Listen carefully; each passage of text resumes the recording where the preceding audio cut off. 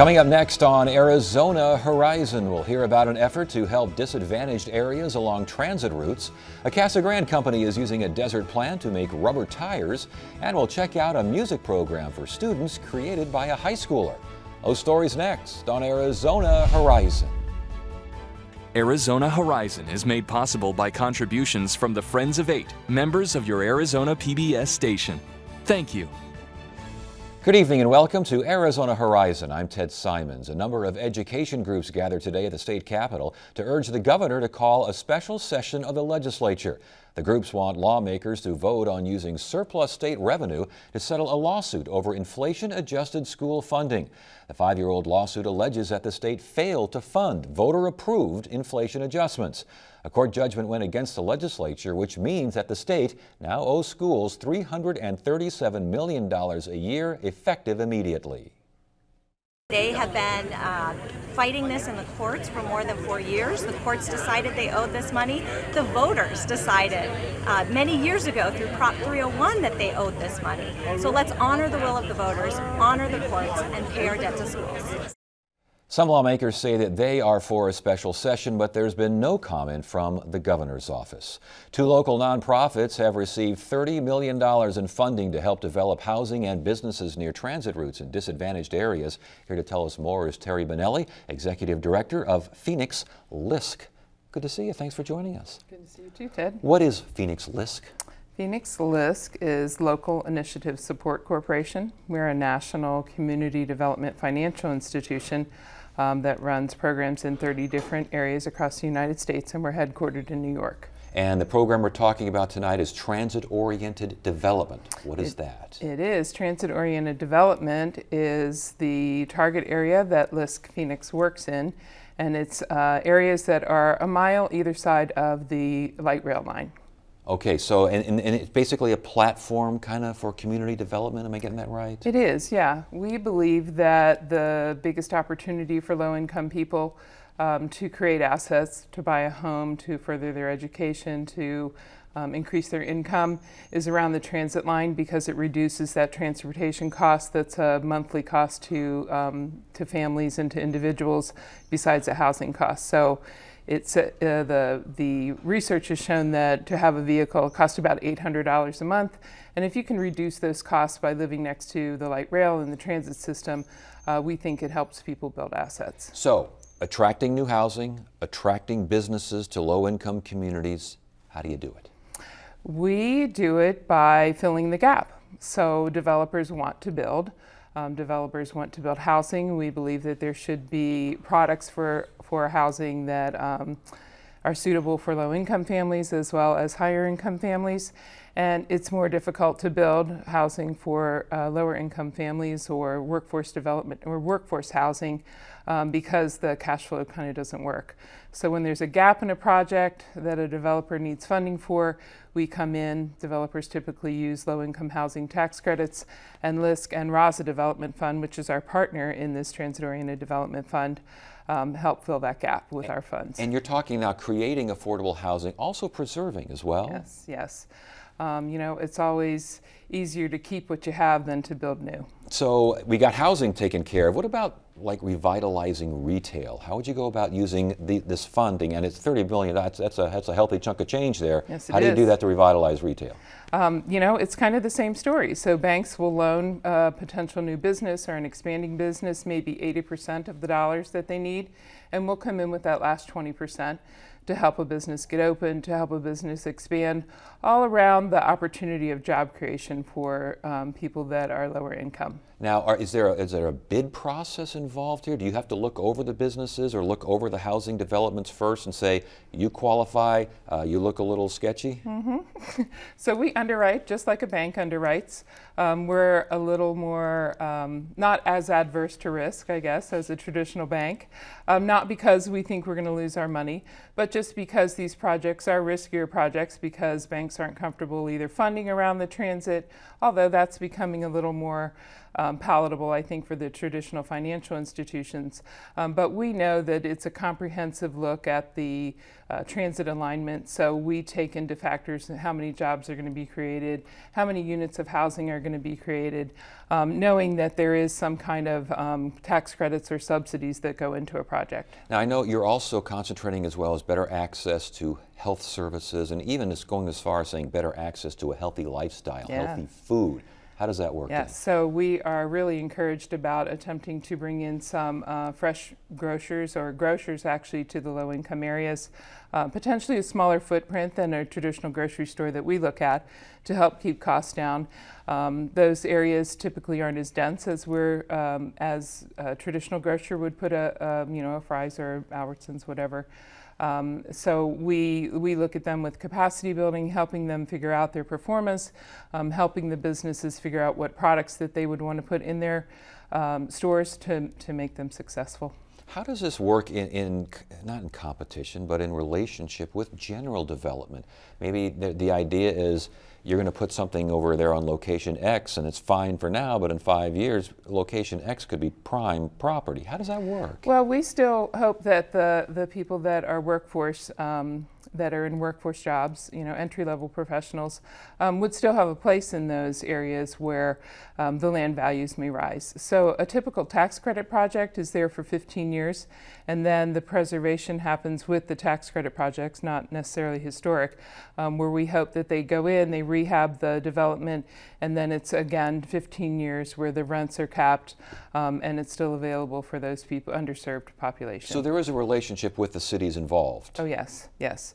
The cities get federal funding called Home Dollars, and they put money into our projects also to help make these deals cash flow. Now, the $30 million you're getting is not federal money. Right. Where's this money coming from? This money actually comes from the banking institutions. So the traditional banking institutions where you and I have accounts, they provide loans at a very low interest rate to us so that we can reloan the money. We can do capacity building within the nonprofits and the developers that we work with so that we can make sure that their projects actually go and they're successful.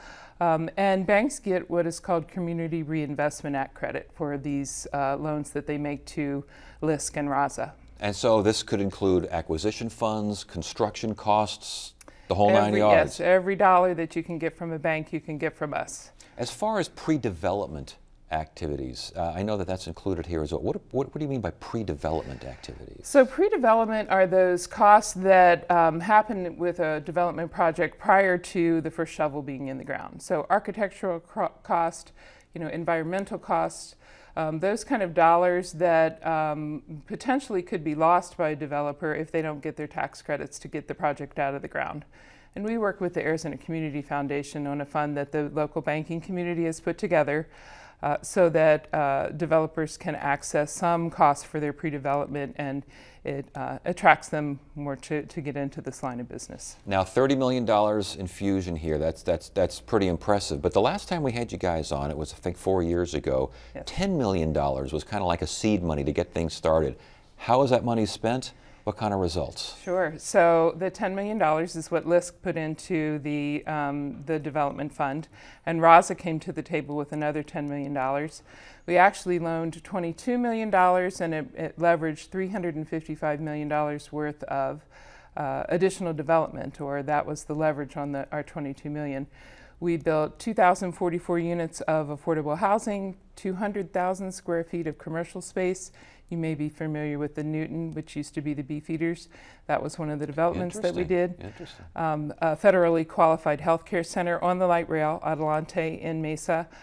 So our dollars stretched for housing, business, and health. And when they stretch that way, living standards.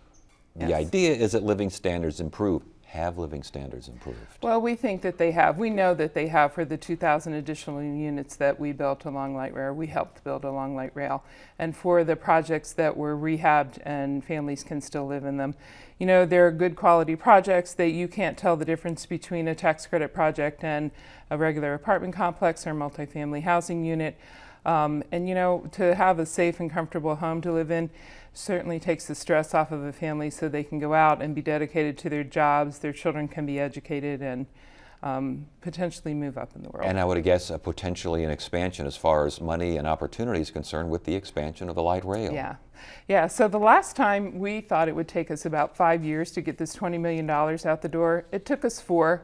And, you know, with the announcement, I think the vote was 3 days after our announcement. We're thinking this $30 million is going to be easily spent in 3 years. My goodness. Well, good luck to you. Thank you. Congratulations on the success so far and continued success. Thank you, Ted. Thank you.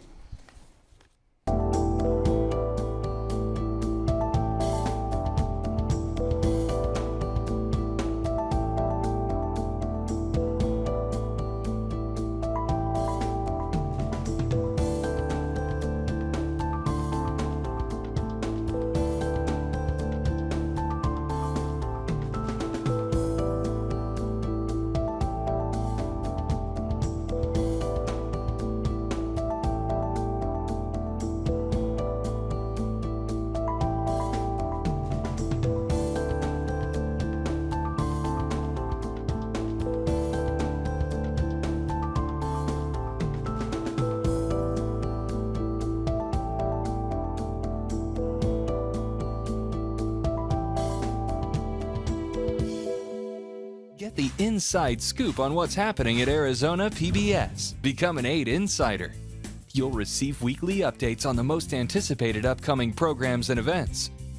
Get the 8 Insider delivered to your email inbox. Visit azpbs.org to sign up today.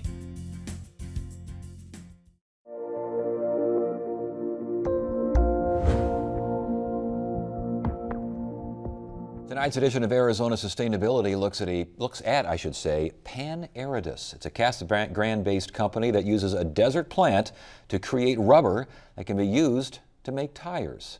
Here with more is Mike Fraley, CEO of Pan Aridus. Welcome to Arizona Horizon. Thank you, Ted. You got some stuff there. Well, I want to get to that stuff in a second here, but we're talking about Waiuli. What is Waiuli? Well, congratulations for pronouncing it correctly. I know it's a little bit of a tongue twister at times. Waiuli is a native desert species. It's native to northern Mexico and Texas.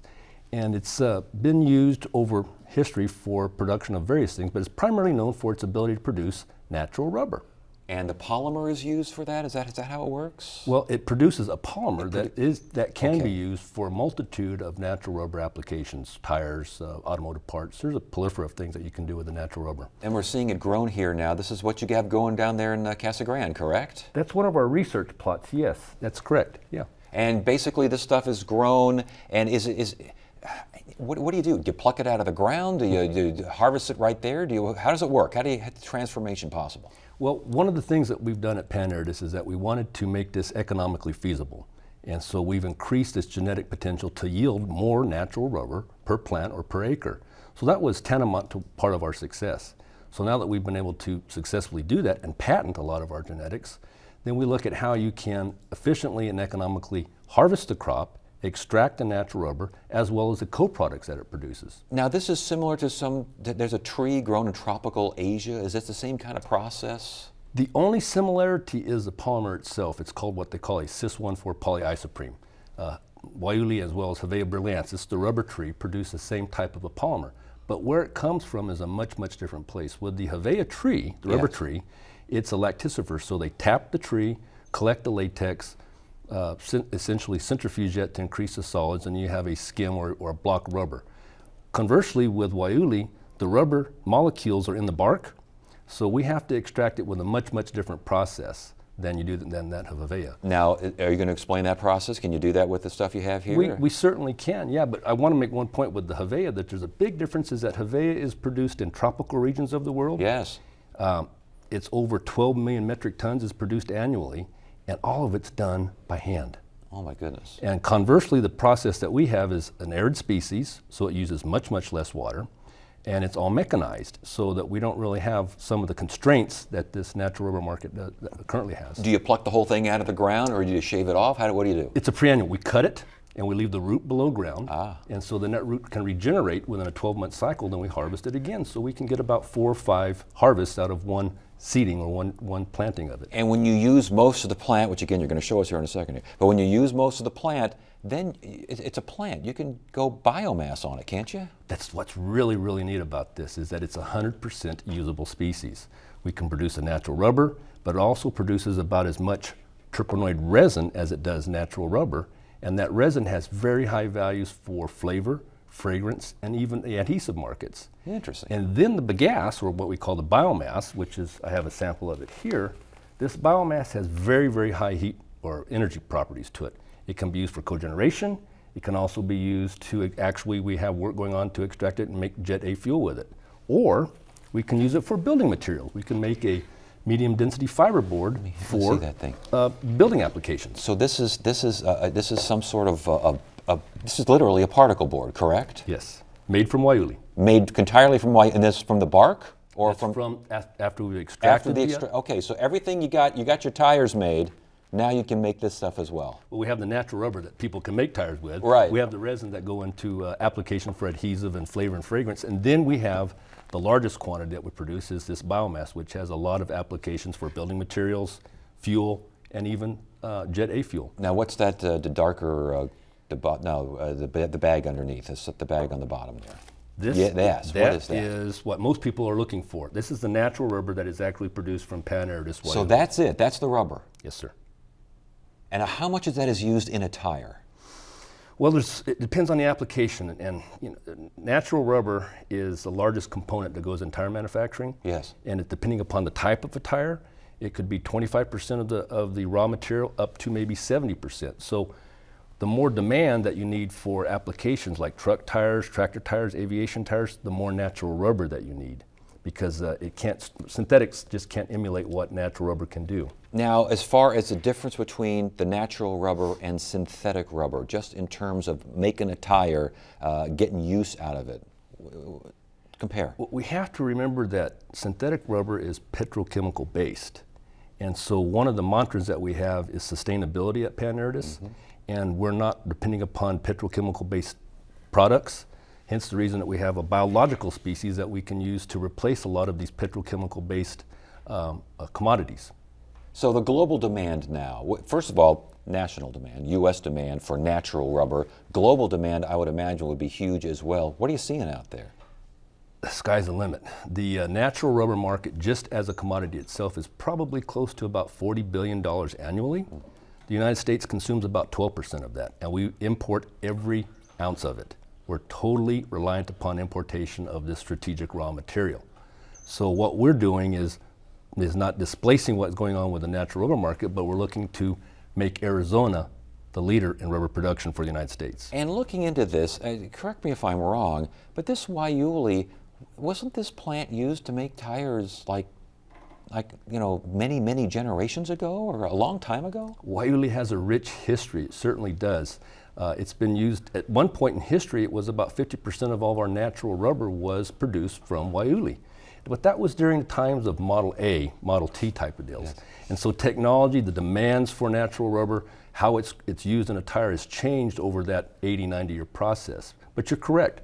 Waiuli's had a very rich history throughout the United States. Well, what changed back then, and why would that not apply to today? The biggest limiting factor that we had with Waiuli was its ability to recognize the importance of agriculture and the importance of agriculture, how to produce this species.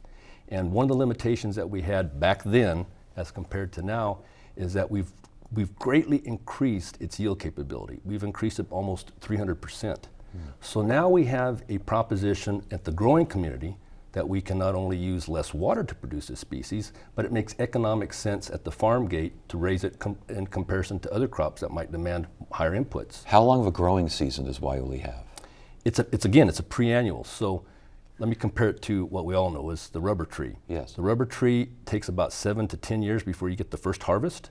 With Waiuli, we can harvest the first crop within 18 months and then have a harvest every 12 months after that. So we're able to meet the supply chain much quicker and much more efficiently. And you have how much, 100,000? How many acres you got down there? We have enough seed. Here's the key. Yes. seed is an absolute key. A high quality yielding seed is what's take to make it at the farm gate. So we have enough seed in our coffers, if you will, to put about 100,000 acres in currently. That's a pretty, and that would, or read that equals like 16% maybe of U.S. market demand, something along those That lines? would be about 16% of the U.S. market. But really what we want to do is, again, make Arizona the capital for rubber production. Last question. I know there are recent tests on Waiuli tires, I think in Texas or something like that. What was found? We found, actually we were involved with that. We're part of a larger group in a BIRDI, a Bioresearch and Development Initiative that entails Cooper, USDA ARS, Cornell, and ourselves. We're the material supplier for that. And that has found we produced enough natural rubber, we've actually made tires. And so all of us had a chance to drive Pan Air to produce Waiuli tires on a test track in Purcell, Texas. And bottom line was the performance was outstanding. We were just trying to be optimistic and hoping it would be comparable to what natural rubber Hevea does, but there actually is some performance differences with this polymer as compared to Hevea. All right. Well, we will, I'm sure, hear more about Waiuli. Thank you so much for joining us. We appreciate it. Thank you very much. Appreciate it.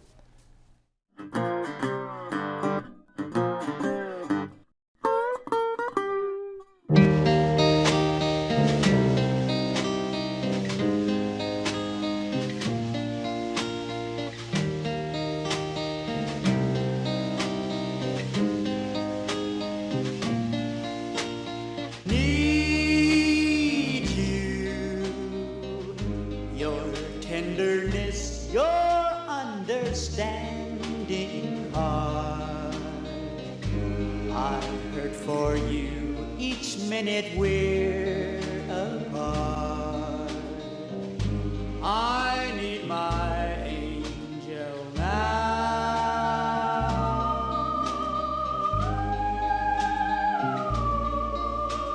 Miss you. I miss the funny.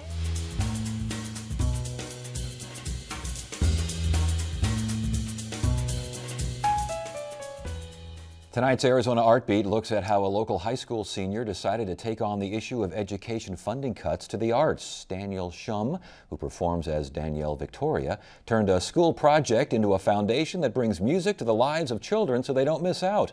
Producer Shauna Fisher has more. So the first game we're going to play is called Akabaka. Summer camp at the Musical Instrument Museum is how you might imagine. Plenty of songs and plenty of music. Akabaka, soda cracker, Classes focus on learning about the world through music. Carly Offstune is MIMS Director of Education and says music is a great stepping stone in a child's educational journey. It has a great way to make connections, but developmentally, we know that music can improve your fine motor skills. It can improve test scores, but it's also a great way to make other connections with subjects. So while our students are having fun and they are playing, they are learning social studies, they're learning science. For 12-year-old Trey Carty, summer camp is a chance to explore subjects he really loves.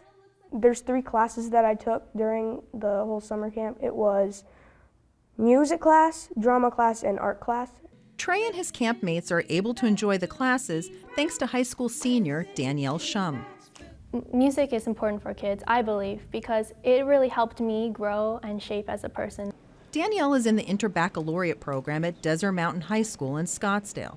In addition to taking special classes, Danielle has to complete a community service project. She knew she wanted to do something that reflected her love of music, so she created a foundation that funds scholarships for students to attend MIMS summer camp. The foundation originally started as a school project, but I was inspired to give back to the community and help those who share a love of music like me. Someone like Danielle Victoria and our other donors are really important because we as a nonprofit organization are looking for ways to provide a lot of different offerings.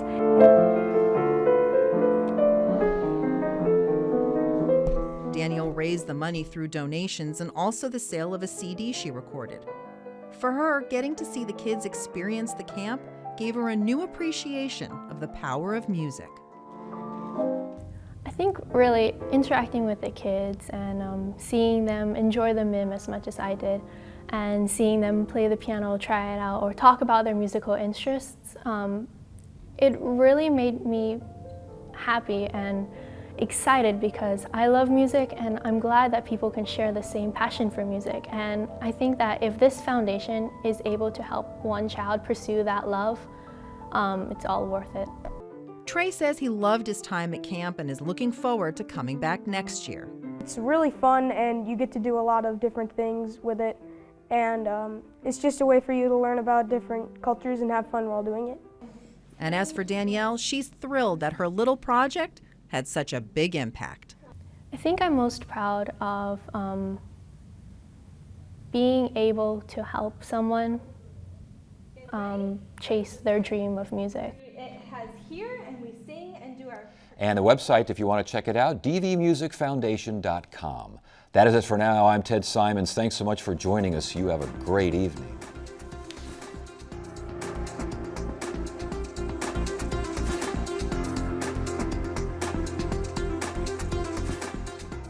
Arizona Horizon is made possible by contributions from the Friends of Eight, members of your Arizona PBS station. Thank you. Arizona Artbeat is made possible in part by the Flynn Foundation, supporting the advancement of arts and culture in Arizona.